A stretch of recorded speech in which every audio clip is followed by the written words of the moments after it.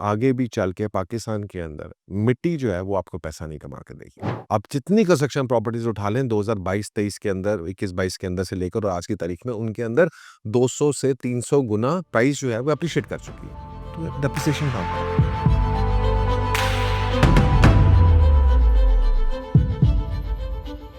Pakistani market किसी pattern को follow क्यों नहीं करती? अच्छा, मेरे ख्याल में ये बात गलत है थोड़ी-सी। पाकिस्तानी मार्केट बड़े विज़िबल पैटर्न्स को फ़ॉलो करती है।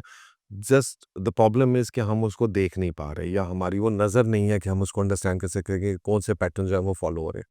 सो फॉर एग्ज़ाम्पल अगर हम बात करें कि 2016 के अंदर जब मार्केट के अंदर क्रैश हुआ रियल एस्टेट का, तो I was the first one two identify that और मैंने लोगों को कहा कि यार प्लॉटों से ना बाहर निकलो। जो अब 2016 से 2025 तो एक ही पैटर्न चल रहा है ना। 2016 से लेके आज 2025 हो गई है, जिस बंदे ने प्लॉटों में इन्वेस्ट किया उसने नुकसान उठाया या उसने पैसा नहीं कमाया। तो पैटर्न तो बड़ा स्टेबल और विजिबल है।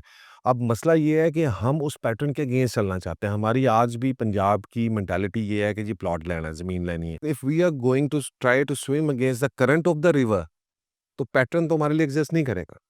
तो पैटर्न एग्जिस्ट करता है।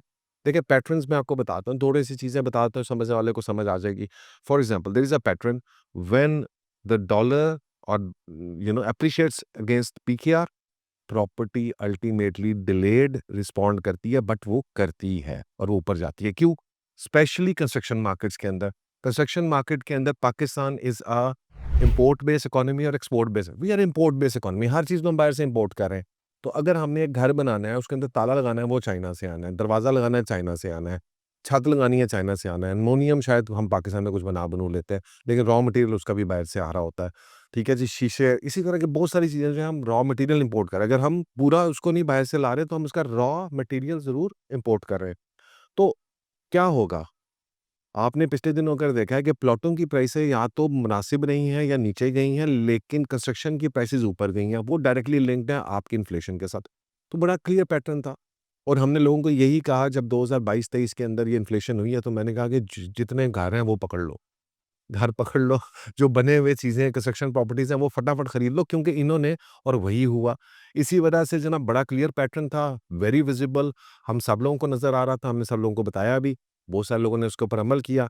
आज उसी पैटर्न की वजह से जिन लोगों ने कंस्ट्रक्शन प्रॉपर्टीज़ में इन जगहों के ऊपर इन्वेस्ट किया, जिन लोगों ने हमारी उस बात को सुना, समझा, आज वो लोग जो हैं वो एट लीस्ट सेफ, स्टेबल और उनका पैसा डेप्रिशिएट नहीं हुआ।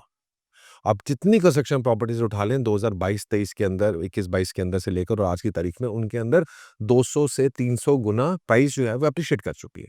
तो डेप्रिसिएशन कहाँ पर है? डेप्रिसिएशन उस बेचारे के लिए है, ये जो प्लॉट वाला गरीब आदमी बैठा है ना, उसकी मिट्टी जो है, मिट्टी, मिट्टी हो गई है। ठीक है? तो जो मिट्टी-मिट्टी हो गई है, उसका कसूर जो है, अब अनफॉर्च्यूनेटली ये मैं बार-बार कहता हूँ कि हमारे लोग जो हैं प्लॉट खरीद के अपनी गलत स्ट्रैटेजी का जो कसूरवार है वो ठहरा देते हैं किसको? पाकिस्तान को, इकोनॉमी को, चीज़ों को। देखिए दुनिया में हर तरह की, हर किस्म की मार्केट का अपना एक तरीक़ेकार है। पाकिस्तानी मार्केट का अपना एक पैटर्न है, वो उसके मुताबिक बिहेव करती है। आप अगर उसको फ़ॉलो कर लेंगे, समझ लेंगे तो यू मेक मनी। तमाम प्लॉट भी एक जैसे नहीं है। ये मैं बार-बार, बाज़ औक़ात लोग समझते हैं कि मैं जी जब प्लॉटों की बात करता हूँ, प्लॉटों के खिलाफ बात कर रहा होता हूँ, तो तमाम प्लॉट एक जैसे नहीं है। इसी मार्केट के अंदर डीएचए राया भी लॉन्च हुआ और उसने भी 100-150% एप्रिसिएशन की, लेकिन वो प्लॉट नहीं था।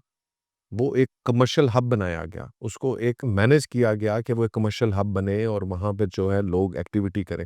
तो इस वजह से मेरा जो अपना ये मानना है, बड़ा स्ट्रॉन्गली ये मानना है कि जनाब आगे भी चल के पाकिस्तान के अंदर मिट्टी जो है वो आपको पैसा नहीं कमा के देगी। आपको जो पैसा कमा के देगी, वो मिट्टी के ऊपर आप जो बना सकते हैं, वो आपके लिए पैसा बनाएगा। और इसी वजह से बड़ा, और ये सिर्फ ग्लोबल पैटर्न, पाकिस्तानी पैटर्न नहीं है, ग्लोबल पैटर्न भी है। आप ग्लोबल पैटर्न को फ़ॉलो कर लें। मुझे आप बताएँ कि अ, अगर हम उठा के देखते हैं पूरी दुनिया के अंदर, तो दोनों तरह रियल एस्टेट दोनों तरह की हैं। एक डेवलपमेंटल रियल एस्टेट है, एक प्लॉट्स और लैंड है, ठीक है?